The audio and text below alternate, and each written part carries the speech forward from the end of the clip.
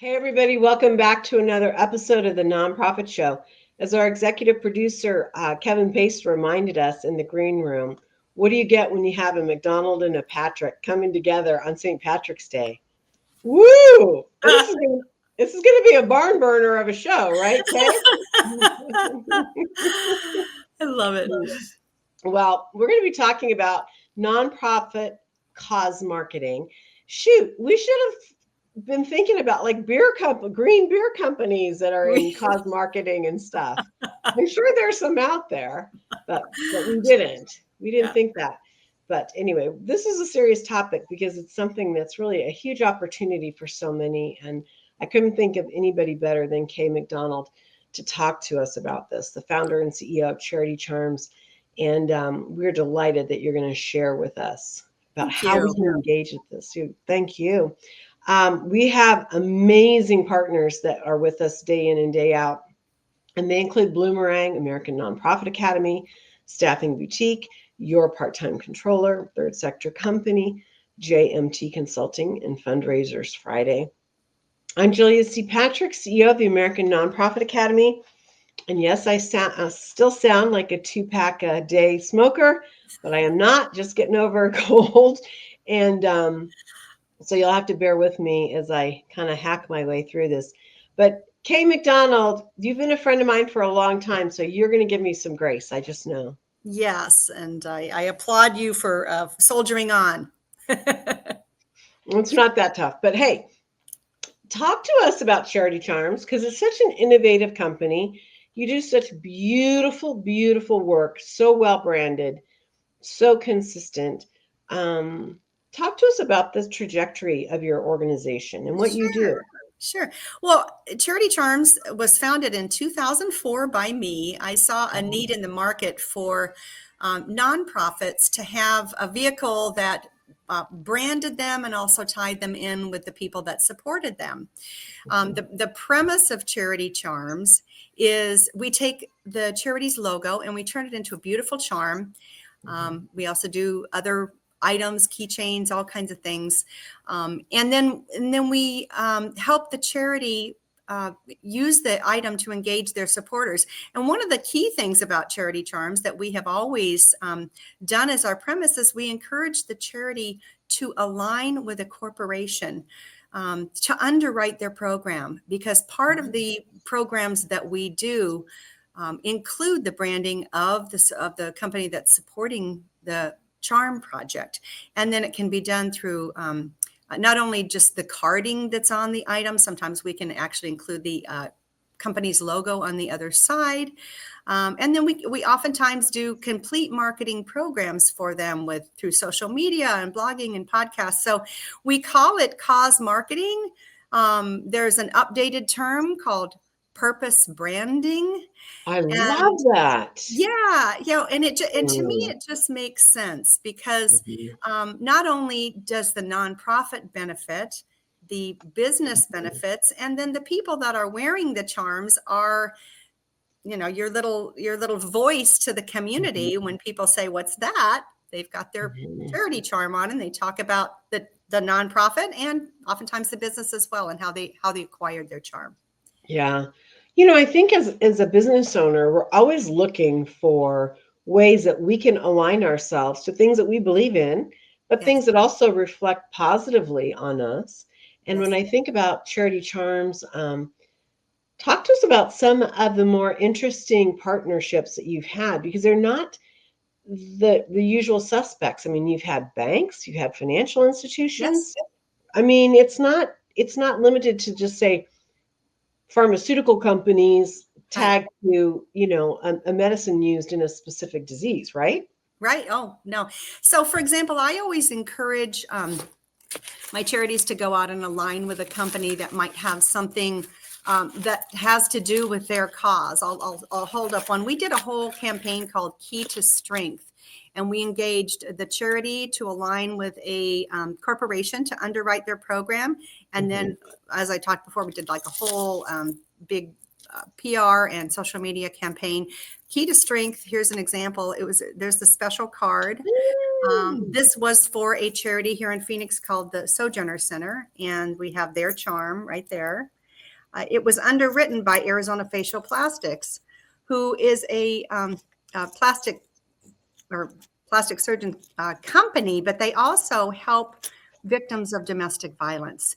So it was a wonderful tie-in, and we did a whole campaign for them. These were sold. They raised $15,000, and both the nonprofit and the business got great exposure. Then we just did a really fun one. This one I love. It's called Binary Bling. And it's a nonprofit called the Dottie Rose Foundation, and they are into teaching STEM to young girls so that they can be proficient in computers and create fabulous careers. And so they have lots of tools. This is a little box that has a bunch of beads in it, and then it teaches them binary code when they make their beaded bracelets. But this was underwritten by a company called Segra. And Segra is a fiber network and connectivity company, which is the perfect kind of company that would be hiring these girls in the future. So it aligned them. It gave the company great exposure, and it gave the girls a really fun little box of goodies. I know you would appreciate this because you love beads. I do. The secret's out. But yeah, so we've done lots of fun things like that. That's just been our premise since the beginning, is to not just be a charm company, but a company that aligns nonprofits and businesses together to create a common good. You know, I love this, Kay, and I think when you talk about this issue of cause marketing, I got to ask you the question: do people understand this, like on both sides? And because I think you can think, oh, well, we understand what cause marketing is, but do you find that people really can understand the power of it? Well, I think they do now. It used to be, what is it?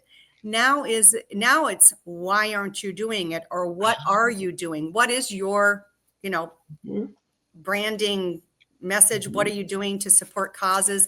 It's considered an integral piece almost of every business. So if you're not doing it, it's kind of odd, really. Yeah. And it's taken about 20 years to take hold and for people to understand it.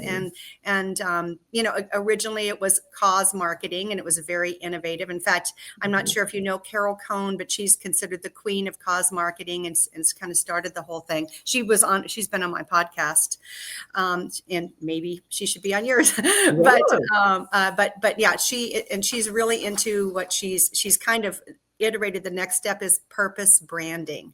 So when a company is considering their whole marketing plan, they need to have nonprofits and cause marketing as part of it. In fact, there was a study done. If you're interested in engaging employees and workers, if you want to have millennials, 2/3 of them will not go work for a company that's not involved in purpose marketing.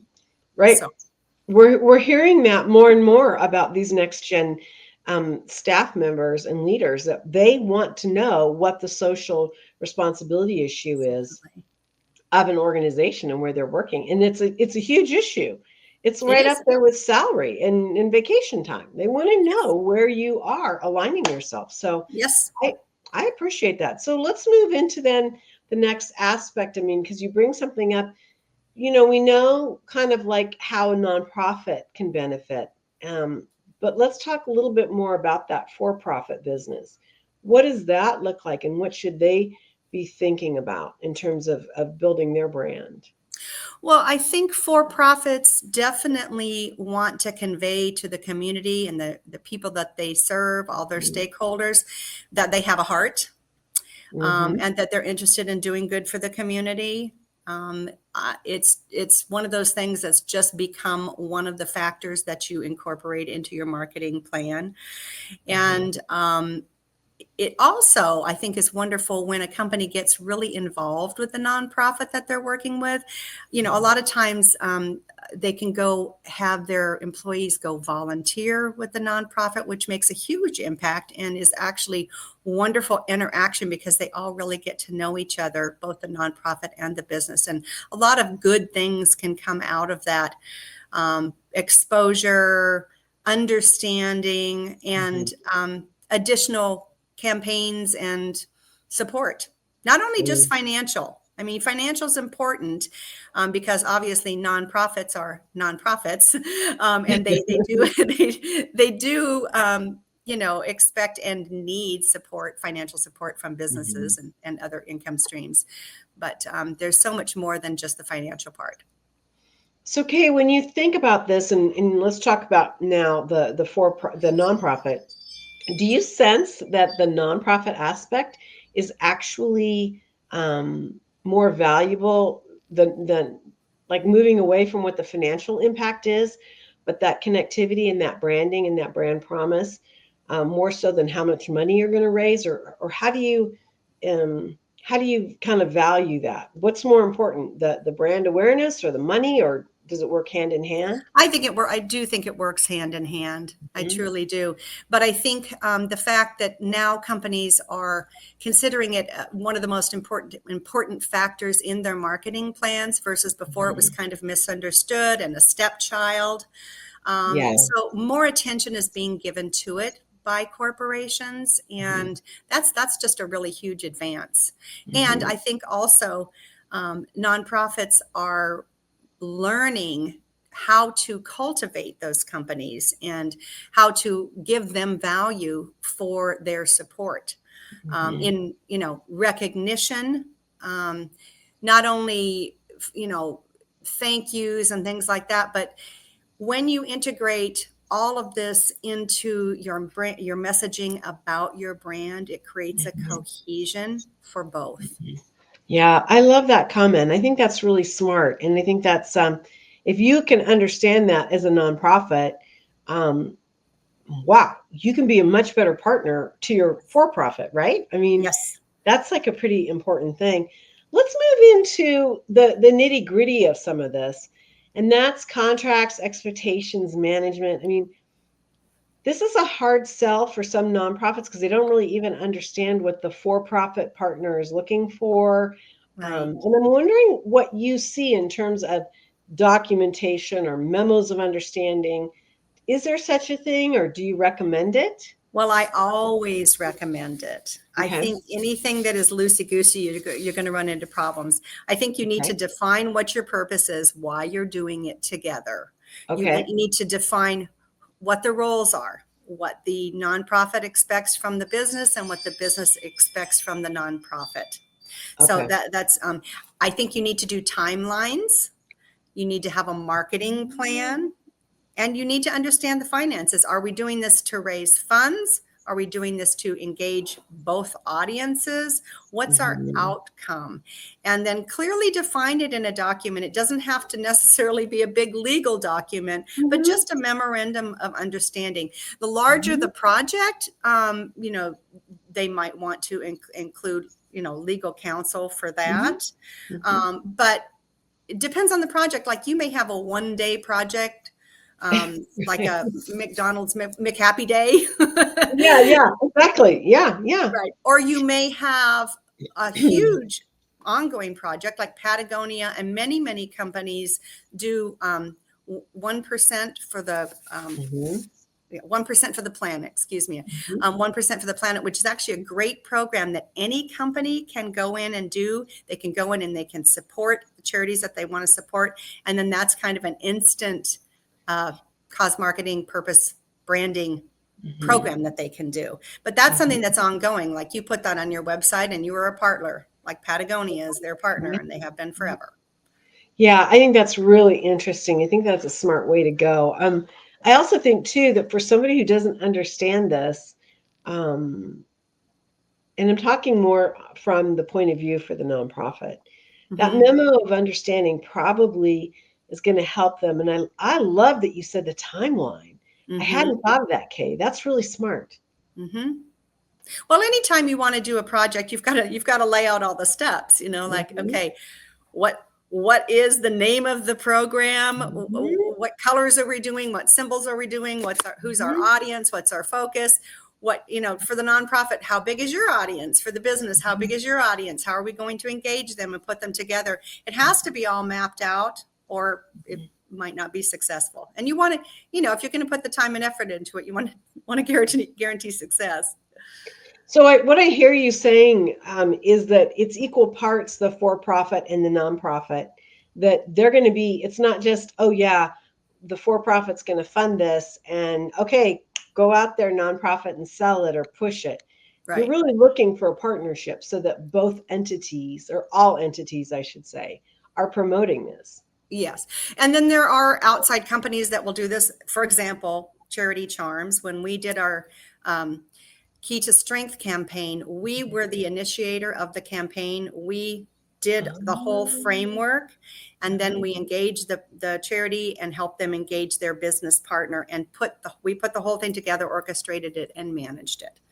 So that also happens because we know nonprofits are very busy and they're focusing on their mission and their core work. And that's the most important thing to get done.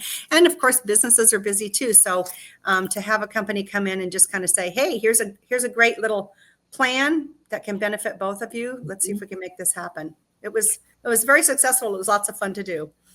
I love that you offered that, because I think that's one of the things. You can have a great idea, but if you don't have a group, and I'm talking both sides, the for-profit and the nonprofit, they don't understand how to navigate this. It can just be, all it is a great idea, right? I mean, right. There's lots of great ideas out there, but executing the great idea, that's the challenge. Exactly. Oh my gosh, it's so interesting. It's so very, very interesting.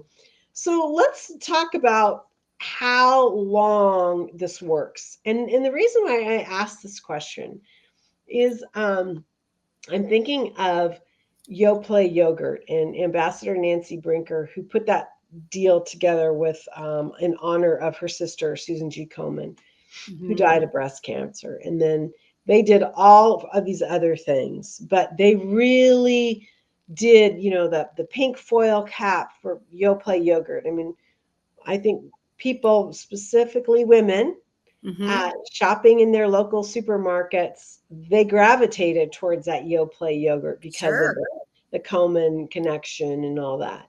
And that seemed to go on for years. And I'm wondering, what do you see this looking like as we see a picture of your amazing keychains here? How long should we be thinking about this?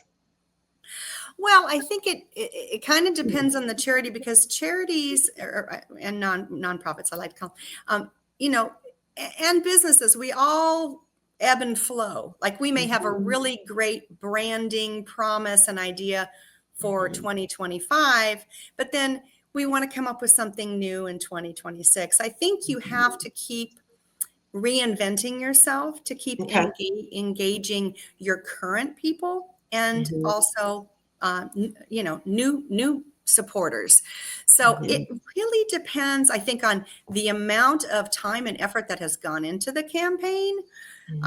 If it's something like the Yoplait campaign, that's something that, to me, it could be evergreen. I mean, that could go on forever.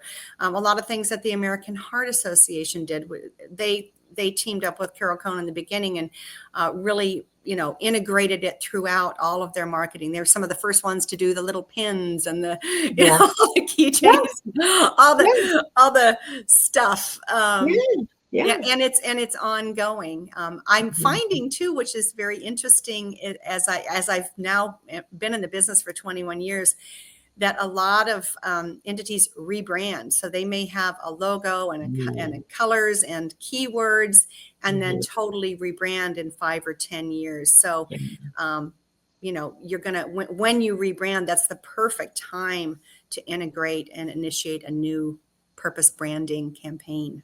Right. Let me ask you, and this is kind of like an off the wall question, but when you're talking about this and it's so logo specific and cause specific, do you think about gender? Like this is We going absolutely, absolutely do think about gender. I've gotten this question since I started Charity Charms, because charms are known for being something that a woman would wear.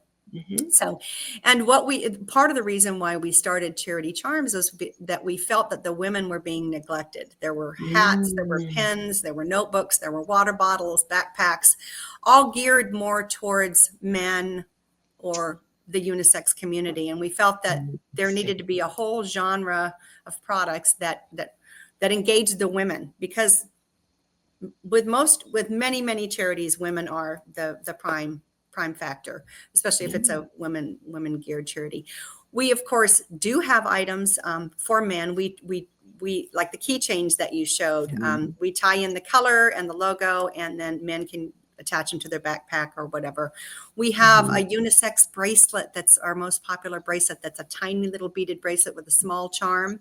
And both men and women love to wear it. We actually made a whole bunch for Project Cure, and Douglas Jackson, their executive director, will not take his off. He absolutely loves it. So yeah. And you do have to think about when you're developing products, who's the audience, and are you covering everybody? So in many programs, we have done a bracelet and a keychain. But we also find, though, that when a man gets a charm from a charity, he looks like a hero when he gives it to his daughter and his wife. So yeah, charms and work. Charms are charming. It's charming. Well, yeah, and I think what's cool about it is that it dovetails to the issue of spreading the word. Yes. Right. I mean, so Yes. if you're thinking about that in a more holistic approach, it's like, Absolutely. how many more people do we engage in this concept? Well, and two, and this, I always like to emphasize this, people wear charms, like they'll put them on and not take them off. How many days are you going to wear the same t-shirt or hat, or how many times are you going to use the same? I'm a little bit biased, Julia. I'm very biased. Oh my God.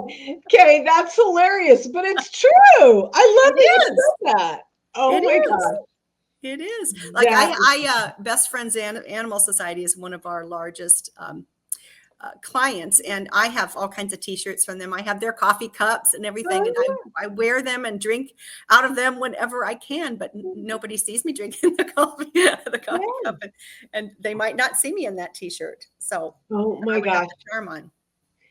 that is fascinating, and I love that because I also think too, to follow up on the gender arc of our conversation, I think men are much more comfortable wearing adornment. And I say that, I use that word, in a Definitely broad are. way, adornment on their clothing, on their jackets, and you mentioned backpacks. I mean, it's not uncommon and to see a man wearing, a decorative item or a piece of jewelry, where it used to be that was very limited. But Right. now No, you that's, see it. you're right. The trend definitely has changed. Lots of guys like to pile it on. Yeah. It's really, really interesting. I think it's fascinating too to have this conversation because um, as we are post-pandemic and we talk about a lot of things in this relationship of fundraising and building brand awareness, we're having to look to do more creative things, right? We're not having these social events like we used to. It seems to me, Kay, and I'd love your feedback before we let you go. It seems to me that we need to be looking at that one-on-one relationship and how we're spreading the word and not just depending upon events. Well, I think that's very true. And I think that a lot of things, the reimagining happened during the pandemic when we couldn't get together for events. I think there was a resurgence in the age-old stick it in the mail, because Yeah. we were all so excited to have Amazon show up or go to the mailbox and have something. So, I mean, that was an old tried and true method that nonprofits used for years, and everybody kind of got away from it. Yeah. But I have seen a resurgence in my mailbox with, trying to engage me for different things. And I think the whole event thing, I think people are going back to events and enjoying going back to events. But I think it's also important to have a takeaway at the event that they can take home and maybe have some more information about the charity that they might not have, understood while they were there. There should always be some kind of a follow-up and a thank you for coming. Thank you for supporting us. Absolutely. Well, I can see this type of cause marketing partnership being so strong because it can lead you into an event and it can lead you out, right? Yes. And it's just such a great way to navigate that. Kay, I've always admired your work. I've always admired your work ethic. In the community that we live in, we see so much of your work out and about. It's really a cool thing. I would um, so encourage you to go to charitycharms.com. And I think it's on the homepage or maybe it's on the about page. If you look, there's a picture of a charm bracelet that was from Kay's grandmother. It's your Yes. grandmother, right? Or your Yes. mom? My grandmother. Your grandmother. And it's really cool because it's old and it's beat up. It's just like the charm bracelet that my grandmother wore. And then you look at next to it, and Kay has laid out, the more modern concept of what it means and how it can look. Charm bracelets were always mementos of family members, and Yes. Kay has, really taken that story and said, look, this can be a story of your commitment to your community or your passions, and it's just a fascinating thing to see, Kay. I just love that.